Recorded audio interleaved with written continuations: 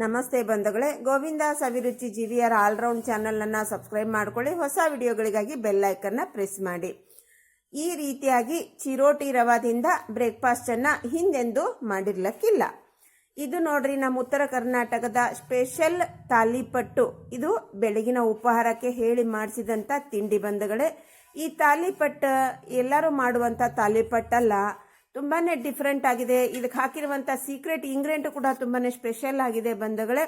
ಹಾಗಾಗಿ ಪೂರ್ತಿ ವಿಡಿಯೋನ ನೋಡಿ. ಟೇಸ್ಟ್ ಅಂತೂ ಎಕ್ಸಲೆಂಟ್ ಆಗಿದೆ. ನೀವು ಕೂಡ ಪೂರ್ತಿ ವಿಡಿಯೋನ ನೋಡಿದರೆ ಇದೇ ರೀತಿಯಾಗಿ ನಾವು ಬೆಳಗಿನ ಉಪಹಾರನ ರೆಡಿ ಮಾಡ್ಕೋಬಹುದು. ಬನ್ನಿ ರೆಸಿಪಿ ಶುರು ಮಾಡೋಣ. ಮೊದಲನೇದಾಗಿ ನೋಡಿ, ಒಂದು ಪಾತ್ರೆಯಲ್ಲಿ 1 ಹಿಡಿಯಷ್ಟು ಅಕ್ಕಿ, ಅದು ಕೂಡ ರೇಷನ್ ಅಕ್ಕಿ, ಹಾಗೆ 1 ಹಿಡಿಯಷ್ಟು ಸಾಬುದಾನಿಯನ್ನ ನೀರು ಹಾಕಿ ನೀಟಾಗಿ 2 ಸಾರಿ ತೊಳಿತೀನಿ ಬಂಧುಗಳೇ. 2 ರಿಂದ 3 ಸಾರಿ ನೀಟಾಗಿ ತೊಳಿರಿ. ಯಾಕಂದ್ರೆ ನಾವು ಅನಂತರ ಹಾಕಿರುವಂತ ನೀರನ್ನ ನಾವು ಚೆಲ್ತಾ ಇಲ್ಲ, ಅದೇ ನೀರನ್ನ ಯೂಸ್ ಮಾಡ್ಕೋತೀವಿ. ಹಾಗಾಗಿ 2 ರಿಂದ 3 ಸಾರಿ ನೀಟಾಗಿ ತೊಳೆಯೋದು ಅತ್ಯವಶ್ಯಕ. ಈಗ ನಾನು 3 ಸಾರಿ ತೊಳ್ಕೊಂಡು ಬಂದೆ. ಅದರಲ್ಲಿ 3/4 ಗ್ಲಾಸಿನಷ್ಟು ನೀರು ಹಾಕ್ತೀನಿ. ಸ್ವಲ್ಪ ಮುಳುಗುವಷ್ಟು ನೀರು ಹಾಕಿದ್ರೆ ಸಾಕು, ಜಾಸ್ತಿ ನೀರು ಹಾಕ್ಲಿಕ್ಕೆ ಹೋಗ್ಬೇಡ್ರಿ. ಇಷ್ಟು ಹಾಕಿದ್ರೆ ಸಾಕಾಗತ್ತೆ. ಇದನ್ನ ಇವಾಗ ಮುಚ್ಚಿ ಪಕ್ಕಕ್ಕೆ ಇಟ್ಕೊಳ್ಳೋಣ. ಇನ್ನು ಮುಂದಿನ ಪ್ರೊಸೀಜರ್ಗೆ ಹೋಗೋಣ ಬನ್ನಿ. ಈ ಕಡೆಗೆ ನೋಡ್ರಿ, ಗ್ಯಾಸ್ ಹಚ್ಚಿಬಿಟ್ಟು ಒಂದು ದಪ್ಪ ತಳದ ಪಾತ್ರೆಯನ್ನ ಇಟ್ಕೊಂಡೆ. ಅದರಲ್ಲಿ ಒಂದೇ 2 ಸ್ಪೂನಷ್ಟು, ಚಿಕ್ಕ ಸ್ಪೂನಿಂದ 2 ಸ್ಪೂನಷ್ಟು ಎಣ್ಣೆ ಹಾಕೊಂಡೆ. 1 ಹಿಡಿಯಷ್ಟು ಕಡಲೆಬೇಳೆನ ಹಾಕೊಂಡೆ.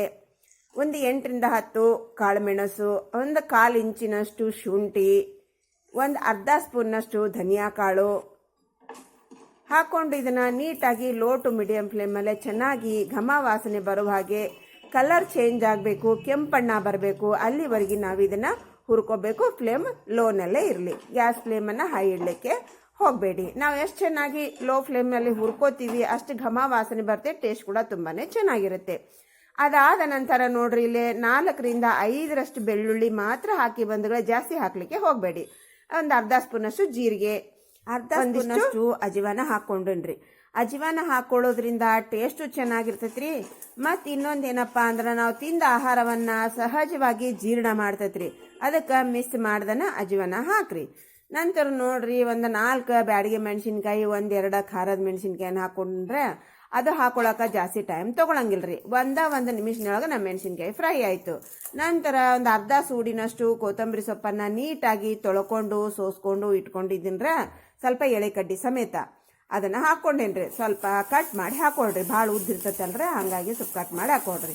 ಕಡ್ಡಿನ ಸ್ವಲ್ಪ ಎಳೆದನ್ನ ಹಾಕೊಡ್ರೆ, ಬಲ್ತದ್ ಹಾಕೊಂಡ್ರೆ ಅದೇನಾಗತ್ರಿ, ಎಳಿ ಆಗತ್ರಿ ನಮ್ಮ ತಿಂಡಿ ಒಳಗ. ಹಂಗಾಗಿ ಎಳೆ ಕಡ್ಡಿ ಹಾಕೋರಿ. ನಮ್ಮ ಕೊತ್ತಂಬರಿಗಿಂತ ಕಡ್ಡಿ ಒಳಗನ ನಮಗೆ ವಿಟಮಿನ್ ಜಾಸ್ತಿ ಇರ್ತೈತ್ರಿ.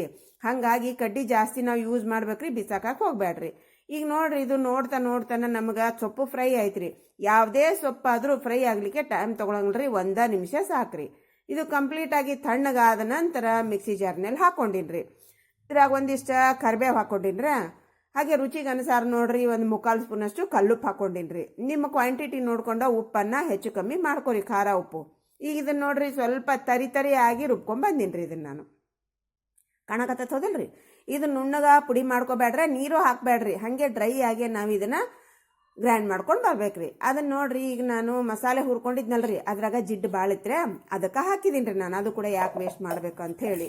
ಈಗ ಈ ಕಡೆ ನಾವು ಅಕ್ಕಿ ಮತ್ತು ಸಾಬುದಾನಿ ಹಾಕಿಟ್ಟಿದ್ವಲ್ರಿ, ಚಲೋ ಹೆಂಗೆ ನೆಂದತ್ರಿ ಅದು. ಈಗ ನೆಂದಿರುವಂಥದ್ದನ್ನ ಅದೇ ಮಸಾಲೆ ತಕ್ಕೊಂಡ ಮಿಕ್ಸಿ ಜಾರ್ನಲ್ಲಿ ಹಾಕೊಂಡು ಇದನ್ನ ನುಣ್ಣಗ ರುಬ್ಕೊಂಬರ್ಬೇಕ್ರಿ. ನೋಡ್ರಿ, ಇಷ್ಟು ನುಣ್ಣಗಿರ್ಬೇಕು ನಮ್ದು. ಕಾಣ್ತೈತೆ ಹೌದಿಲ್ರಿ? ನಾವು ಬೇರೆ ನೀರನ್ನು ಹಾಕಿಲ್ರಿ. ಈಗ ನಾವು ಮೊದ್ಲು ನೀರೇನು ಹಾಕಿದ್ವಲ್ರಿ, ಅದ ನೀರಿನ ಸಮೇತ ನಾನು ರುಬ್ಕೊಂಬಂದಿನ್ರಿ. ಈಗ ಇದನ್ನು ಈ ಮಸಾಲೆ ಹಾಕೊಂಡಿವಲ್ರಿ ಪ್ಯಾನಿಗೆ, ಅದ್ರೊಳಗೆ ಹಾಕೊಂಡಿನ್ರಿ. ಒಂದು ದೊಡ್ಡ ಗಾತ್ರದ ಈರುಳ್ಳಿಯನ್ನ ಚಿಕ್ಕದಾಗಿ ಕಟ್ ಮಾಡ್ಕೊಂಡು ಇಟ್ಕೊಂಡಿನ್ರೆ. ನಿಮ್ಮ ಏನರ ಸಣ್ಣ ಇದ್ದು ಅಂದ್ರೆ 1, 2, 3 ನಿಮ್ಮ ಸೈಜ್ ನೋಡ್ಕೊಂಡು ಕಟ್ ಮಾಡ್ಕೊರಿ. ಇದೇನು ಉಳ್ಳಾಗಡ್ಡಿ ಇಷ್ಟೇ ಹಾಕ್ಬೇಕಂತಿಲ್ರಿ. ಈ ಈರುಳ್ಳಿ ಎಷ್ಟು ಹಾಕ್ತೀವಿ ನಾವು ಅಷ್ಟು ಟೇಸ್ಟ್ ಚೆನ್ನಾಗೇನೆ ಇರ್ತೈತ್ರಿ. ಈಗ ಇದನ್ನ ಚಲೋತ್ನ್ಯಾಂಗ ನಾವು ಮಿಕ್ಸ್ ಮಾಡ್ಕೋಬೇಕ್ರಿ. ನಾವು ಹಾಕಿರುವಂಥ ಎಲ್ಲ ಸಾಮಗ್ರಿ ನೀಟಾಗಿ ಮಿಕ್ಸ್ ಆಗ್ಬೇಕ್ರಿ. ಇದು ನೋಡ್ರಿ, ನಮ್ಮ ಮಳೆಗಾಲ ಚಳಿಗಾಲಕ್ಕೆ ಹೇಳಿ ಮಾಡಿಸಿದಂಥ ತಿಂಡಿ.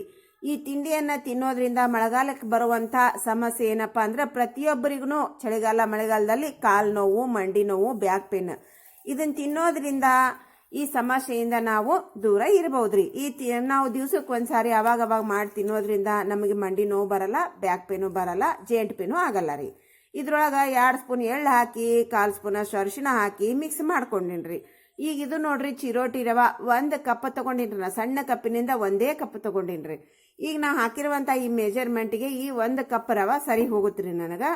ನಿಮ್ದೇನಾದರೂ ಸ್ವಲ್ಪ ನೀರಿನಲ್ಲಿ ಹೆಚ್ಚು ಕಮ್ಮಿ ಆಗಿತ್ತಂದ್ರೆ ರವೆ ಸ್ವಲ್ಪ ಹೆಚ್ಚು ಕಮ್ಮಿ ಆಗತ್ರಿ. ಈಗ ನಾ ತೊಗೊಂಡಿರುವಂಥ ಮೆಜರ್ಮೆಂಟ್ನಲ್ಲೇ ನೀವು ತೊಗೊಂಡಿದ್ರ ನಿಮಗೂ ಕೂಡ 1 ಕಪ್ಪಿನಷ್ಟು ಚಿರೋಟಿ ರವೆ ಸಾಕಾಗತ್ರಿ. ಈಗ ನಾವು ಲಾಸ್ಟಿಗೆ ಕಲಸಿರುವ ಬ್ಯಾಟ್ರ್ ಯಾವ ರೀತಿ ಇರ್ಬೇಕಂತ ತೋರಿಸ್ತೀನಿ. ಇದು ಚಲೋತ್ನಾಗ ಮಿಕ್ಸ್ ಮಾಡ್ಕೊರಿ. ನಾವು ಹಾಕಿರುವಂಥ ಈ ಮಸಾಲೆ ಎಲ್ಲ ಐತಲ್ರಿ, ಅದ್ರ ಜೊತೆಗೆ ನಮ್ಮ ರವೆ ನೀಟಾಗಿ ಮಿಕ್ಸ್ ಆಗ್ಬೇಕ್ರಿ. ಇದ್ರೊಳಗೆ ನಾವು ಹಾಕಿರುವಂಥ ಎಲ್ಲ ಐಟಮು ಕೂಡ ಆರೋಗ್ಯಕ್ಕೆ ನಮ್ಮ ಉಪಯುಕ್ತ ಆಗುವಂಥವೇ ರೀ. ಹಾಗೆ ಎಲ್ಲಾರ್ನ್ಯಾಗೂ ಎಲ್ಲ ಸಾಮಾನು ಇದ್ದೇ ಇರ್ತಾವ್ರಿ. ಅಕಸ್ಮಾತಿ ನಿಮ್ಮ ಮನ್ಯಾಗ ಯಾವುದೋ ಒಂದು ಸಾಮಾನು ಇಲ್ಲ ಅಂದರೂ ಕೂಡ ನೀವು ಸ್ಕಿಪ್ ಮಾಡ್ಕೋಬಹುದು. ಆದ್ರೆ ಸಾಮಾನ್ಯವಾಗಿ ಎಲ್ಲ ಸಾಮಾನನ್ನು ಹಾಕೋದಕ್ಕೆ ಪ್ರಯತ್ನ ಮಾಡ್ರಿ. ಈಗ ನೋಡ್ರಿ ಎಲ್ಲಾನು ನಾವು ನೀಟಾಗಿ ಮಿಕ್ಸ್ ಮಾಡ್ಕೊಂಡಿವ್ರಿ. ಇದನ್ನೊಂದು 10 ನಿಮಿಷ ಮುಚ್ಚಿಡುನ್ರಿ. ಯಾಕಂದ್ರೆ ನಾವು ರವೆ ಹಾಕಿವಲ್ರಿ, ಅದು ಸ್ವಲ್ಪ ಅರಳ್ಕೊಂಡಂಗೆ ಆಗ್ಲಿರಿ. ಈಗ ಈ ಕಡೆಗೆ ನೋಡ್ರಿ ಒಂದು ಪ್ಲಾಸ್ಟಿಕ್ ಸೀಡ್ ತೊಗೊಂಡು ಅದ್ರ ಮೇಲೆ ಎಣ್ಣೆ ಹಚ್ಕೊಂಡೇನ್ರಿ. ನೀವು ಹೋಳಿಗೆ ಪೇಪರು, ಬಾಳೆ ಎಲೆ ಎದ್ರ ಮೇಲೆ ಬೇಕಾದ್ರೂ ನೀವು ಮಾಡ್ಕೋಬಹುದು. ಈಗ ನೋಡ್ರಿ ನಮ್ಮ 10 ನಿಮಿಷ ಆದ ನಂತರ ನಮ್ಮ ಹಿಟ್ಟು ಅನ್ನೋದು ಹೂವು ಆದಂಗೆ ಅರಳಿ ಬಿಟ್ಟೈತ್ರಿ. ಈಗ ಅದ್ರೊಳಗೆ ನೋಡ್ರಿ 1 ಹಿಡಿಯಷ್ಟು ಕೊತ್ತಂಬರಿ ಸೊಪ್ಪನ್ನು ನೀಟಾಗಿ ತೊಳ್ಕೊಂಡು ಇಟ್ಕೊಂಡಿದ್ದೀನಿ, ಅದನ್ನು ಹಾಕೊಂಡಿನ್ರಿ. ಇದಕ್ಕೆ ಕಡ್ಡಿ ಹಾಕೋಬಾರ್ದ್ರಿ, ಬರೇ ಸೊಪ್ಪು ಮಾತ್ರ ಹಾಕೋಬೇಕು. ನಾವು ಕಡ್ಡಿ ಹಾಕಿದ್ರೆ ಚೆನ್ನಾಗಿರಲ್ಲ ರೀ. ಕಡ್ಡಿ ನೀವು ಮಿಕ್ಸಿ ಮಾಡೋದ್ರಾಗನ ಹಾಕೊಂಡ್ಬಿಡ್ರಿ, ಗ್ರ್ಯಾಂಡ್ ಮಾಡೋದ್ರೊಳಗನ. ಇದ್ರಕ್ಕೆ ಸೊಪ್ಪು ಒಂದಿಷ್ಟು ತೆಗೆದು ಇಟ್ಕೊಂಡ್ಬಿಡ್ರಿ. ಈಗ ಹಾಕೊಂಡು ನೀಟಾಗಿ ಮಿಕ್ಸ್ ಮಾಡ್ಕೊಳಕತ್ತೀನಿ ನೋಡ್ರಿ. ನಾ ಈಗ ನಾವು ಕೊತ್ತಂಬರಿ ಎಷ್ಟು ಹಾಕ್ತೀವಿ ಅಷ್ಟು ಚೆನ್ನಾಗಿರ್ತೈತಿ ರೀ ಟೇಸ್ಟ್. ಇದು ಈರುಳ್ಳಿ ಕೊತ್ತಂಬರಿ ನಾವು ಹಾಕಿದಷ್ಟು ಟೇಸ್ಟ್ ಹೆಚ್ಚಾಗತ್ತೆ ರೀ. ಈ ಚಲೋತ್ನಂಗ ಮಿಕ್ಸ್ ಮಾಡ್ಕೊಂಡಿನ್ರಿ. ಇದನ್ನು ನಾವು ಮಿಕ್ಸ್ ಮಾಡ್ಕೊಂಡಿರುವಂಥ ಬ್ಯಾಟ್ರಿ ಇವಾಗ ಪರ್ಫೆಕ್ಟ್ ಐತ್ರಿ. ಈಗಿದು ನೋಡ್ರಿ ನಮಗೆ ತಾಲಿಪಟ್ಟು ಮಾಡಲಿಕ್ಕೆ ಪರ್ಫೆಕ್ಟ್ ಐತ್ರಿ. ಈಗ ನೋಡ್ರಿ ಇದನ್ನು ನಾನು ಸ್ವಲ್ಪ ಕೈಗೆ ಎಣ್ಣೆಯನ್ನು ಹಚ್ಕೊಂಡು ಒಂದು ಉಂಡೆ ಮಾಡಿ ತೋರಿಸ್ತೀನಿ ನೋಡ್ರಿ. ನಾನು ಯಾವಾಗ ಮಾಡಿದ್ರು ಸ್ವಲ್ಪ ದೊಡ್ಡದೇ ಮಾಡ್ತೀನಿ ರೀ.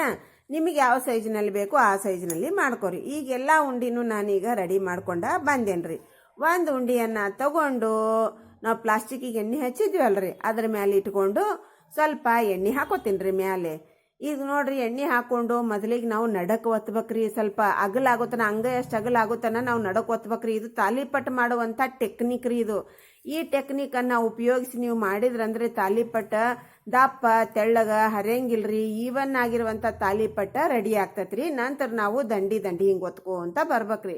ಅವಾಗ ನಡಕ್ ಸ್ವಲ್ಪ ಕೈಗೆ ಎಣ್ಣೆ ಹಚ್ಕೊಂಡು ಹಿಂಗೆ ಒತ್ಕೊಂತ ಬರ್ರಿ. ಇದು ಅಗಲಾಗಾಕ ನೋಡ್ರಿ ಜಾಸ್ತಿ ಬಲ ಹಾಕೋದು ಬೇಕಾಗಿಲ್ರಿ. ಇದು ಜಾಸ್ತಿ ಕಷ್ಟನೂ ಕೊಡಂಗಿಲ್ರಿ ನಮ್ಗೆ. ಹಿಂಗೆ ಮುಟ್ಟಿದ್ರೆ ಸಾಕ್ರಿ ಅಗಲಾಗತ್ರಿ ನಮ್ಗೆ. ಯಾಕಂದ್ರೆ ಹಿಟ್ಟು ಗಟ್ಟಿಗೆ ನಿಲ್ರಿ, ಭಾಳ ಅಳಕು ನಿಲ್ರಿ, ಪರ್ಫೆಕ್ಟ್ ಆಗೈತ್ರಿ. ಈಗ ನೋಡ್ರಿ ನಾವು ಚಿಟಿಕೆ ಹೊಡೆಯೋಷ್ಟರಲ್ಲಿ ನಮ್ಮ ಇಷ್ಟು ದೊಡ್ಡ ತಾಲಿಪಟ್ಟ ರೆಡಿ ಆಯ್ತು. ಈಗ ಆಲ್ರೆಡಿ ಈ ಕಡೆಗೆ ನೋಡ್ರಿ ಹಂಚ ಬಿಸಿ ಮಾಡಕ್ಕೆ ಇಟ್ಟಿದ್ದೀನಿ ರೀ. ಅದ್ರೊಳಗೆ ಹಾಕಿದ್ದೀನಿ ರೀ ನಾನು. ಹಾಕಿ ನೋಡ್ರಿ 1 ಸೆಕೆಂಡ್ ವೇಟ್ ಮಾಡಿ ನೋಡ್ರಿ ಹಿಂಗೆ ನಿಧಾನವಾಗಿ ಅದನ್ನು ಪ್ಲಾಸ್ಟಿಕನ್ನು ಸ್ವಲ್ಪ ಕೈಗೆ ಹಿಡ್ಕೊಂಡು ಎಳ್ಕೊಂತ ಬಂದುಬಿಡ್ರಿ. ಆರಾಮಾಗಿ ಬರ್ತೈತ್ರಿ. ಪ್ಲಾಸ್ಟಿಕ್ ಬರೋಕೆ ಕೂಡ ಏನೂ ಕಷ್ಟ ಆಗಂಗಿಲ್ರಿ. ಇದ್ರ ಮ್ಯಾಲೆ ನೋಡ್ರಿ ಸ್ವಲ್ಪ ಎಣ್ಣೆಯನ್ನು ಹಚ್ಕೊಂಡು ಹೊಳ್ಳಿಸಿ ಹಾಕಿದ್ದೀನಿ ರೀ. ಈಗ ಎರಡೂ ಕಡೆ ನಾವು ಚಲೋತ್ನ್ಯಾಂಗ ಹೊಳ್ಳಿಸಿ ಹಾಕುವವರೆಗೆ ಒಂದ್ಸಲ ಹೊಳ್ಳಿಸಿ ಹಾಕುವವರೆಗೆ ಫ್ಲೇಮನ್ನು ಹೈನಲ್ಲೇ ಇಟ್ಕೊರಿ, ಉರಿ ಫುಲ್ ಇರಲಿ ರೀ.